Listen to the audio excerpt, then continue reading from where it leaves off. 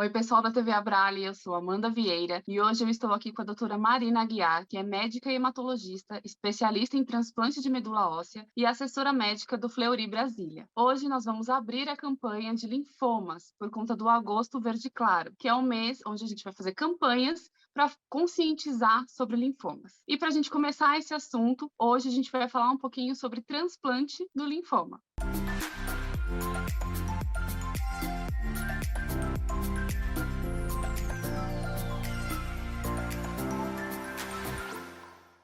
Obrigada, doutora Marina, por ter aceitado o nosso convite. É um prazer te conhecer. Para a gente começar, eu queria que você falasse um pouquinho o que é o linfoma. Oi, gente, o prazer é meu. É um prazer estar aqui falando sobre linfoma e transplante de medula óssea com vocês. Bom, primeiramente, eu queria falar que o linfoma é um câncer do sistema linfático, que é um órgão e tecido, né, que a gente tem no nosso corpo, onde possui os linfócitos, que são os glóbulos brancos e as células de defesa, que combatem os vírus e bactérias e fazem parte da imunidade do nosso corpo.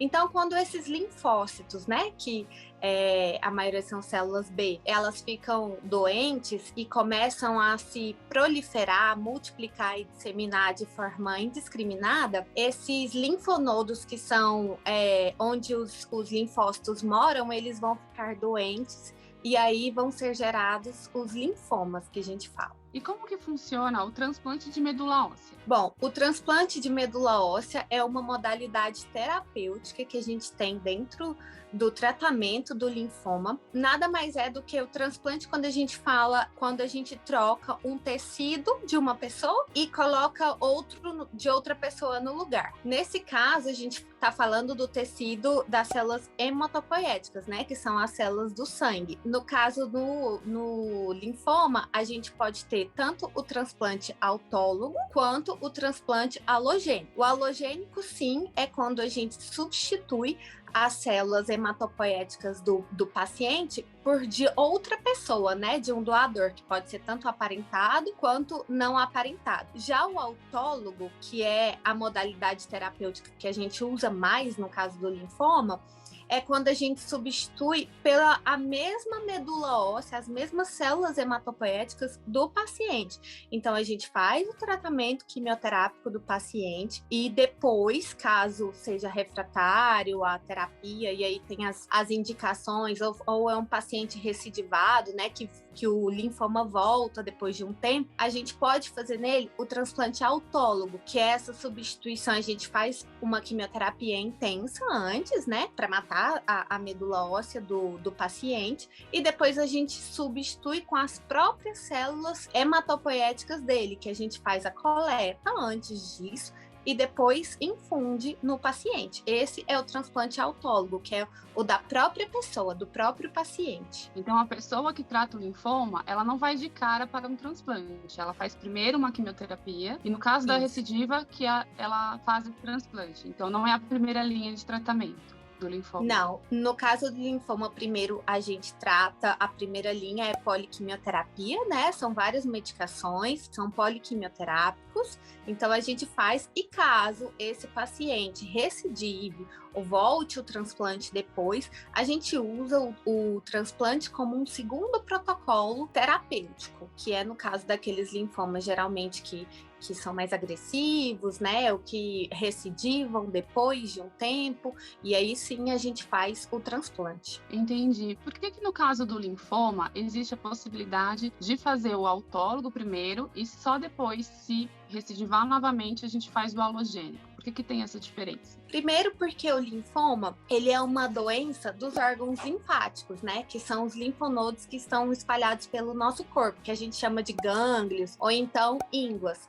Então, não é uma doença onde ataca diretamente a medula óssea. Então, a medula óssea, geralmente, nos linfomas, ela tá limpa. As células tronco, né? Onde vão gerar esses linfócitos, as células e todas as células do sangue, ela geralmente não vai estar acometida. Então, primeiro, a gente pode tentar o transplante autólogo, que é uma terapia muito mais simples do que o transplante halogênico, onde você precisa de um doador compatível, onde é uma terapia muito mais intensa, né? Então, a gente pode tratar primeiro tentando o transplante autólogo. porque é uma doença onde acomete os gânglios do corpo. E a medula óssea tem sempre que estar limpa, né? A medula óssea não pode estar acometida pelo linfoma. Por causa disso, a gente tem como primeira tentativa o transplante autólogo. Já se for um paciente que fez já transplante autólogo e mesmo assim não respondeu, ou se logo depois recidivou e o linfoma voltou também de novo,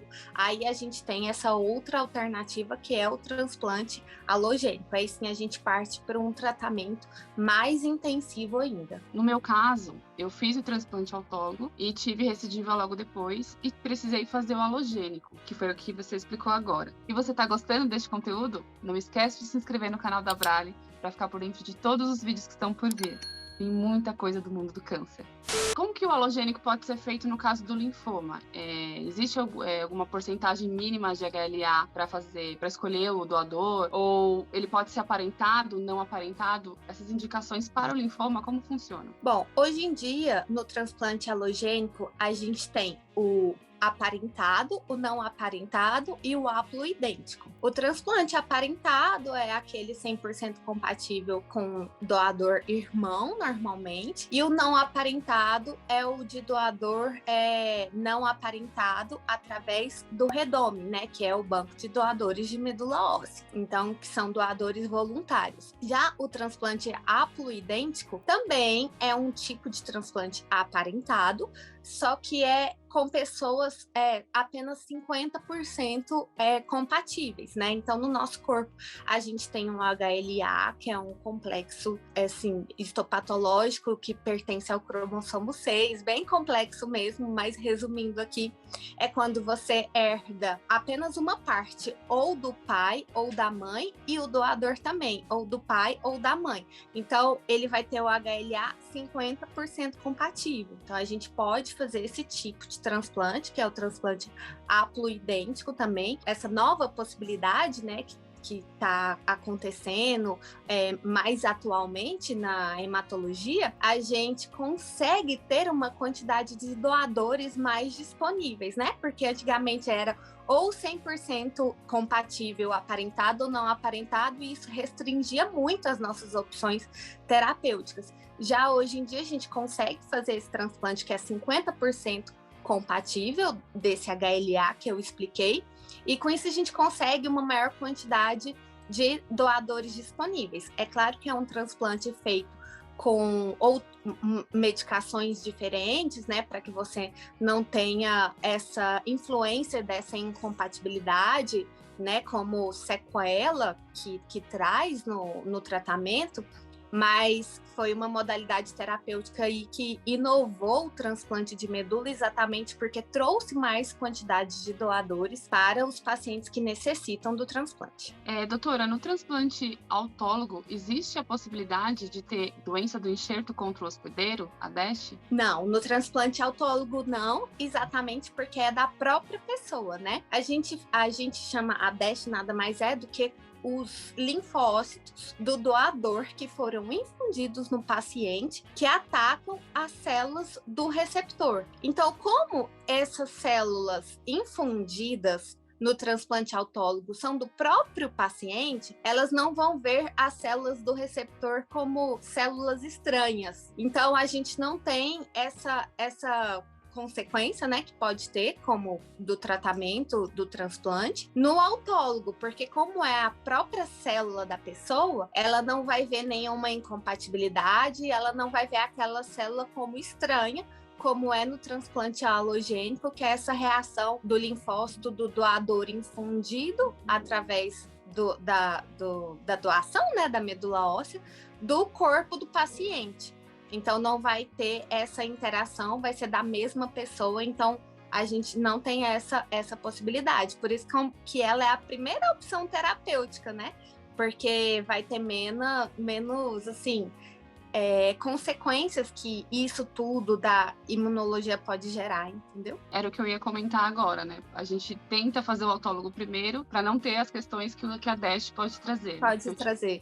Mas depois da alogênico. Você foi paciente também, né? Eu fui paciente de leucemia. Aí, geralmente, tem sim a indicação de transplante alogênico, né? E na minha época eu não encontrei nenhum doador. Só que como faz muito tempo atrás, né? Tem 13 anos já, na época não, assim, o transplante haploidêntico ainda estava muito em estudo, quase não se fazia em nenhum centro, se fazia mais nos grandes centros nos Estados Unidos, então era uma coisa muito, muito pouco estudada ainda, a gente ainda não tinha essas novas drogas e medicações, então era uma coisa muito nova. Então, por conta disso, eu não consegui o meu doador compatível, acabei não fazendo transplante, mas me curei com quimioterapia.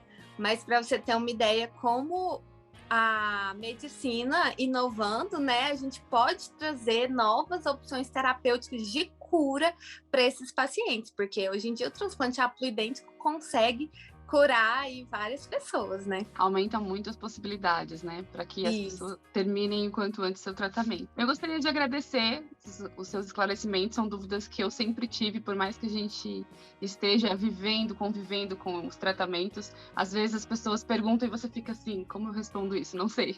Então, eu queria agradecer pelos seus esclarecimentos. E por ter topado participar aqui com a gente da TV Abrale. Muito obrigada. Ei, o prazer é todo meu, foi uma honra, é muito bom sempre falar aqui.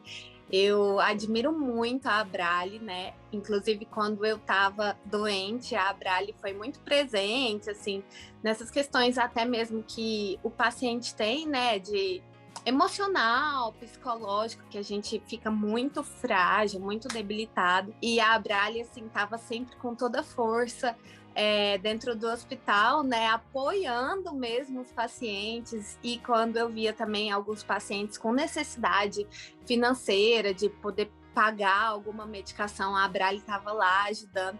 Então, assim, para mim hoje, como médica, tá aqui podendo esclarecer alguns assuntos, né, que é sobre o linfoma, aí no mês verde claro do linfoma, associação de combate ao linfoma e detecção precoce, que é muito importante a gente falar, e também esclarecer sobre o transplante no linfoma, para mim, é muito gratificante e é uma honra. Muito obrigada, gente. Agradeço novamente. Gente, esse foi o nosso primeiro vídeo da campanha Agosto Verde Claro. E, como a doutora falou, nós precisamos, o quanto antes, ter o diagnóstico. Então, sentiu qualquer coisa, procure o médico, não espera, porque o câncer não espera. Então, a gente precisa desse diagnóstico precoce para tratar o quanto antes e estar curado o quanto antes também. Obrigada a você que assistiu até aqui. Não esquece de curtir, comentar e compartilhar para mais pacientes terem acesso a esse conteúdo. Muito obrigada.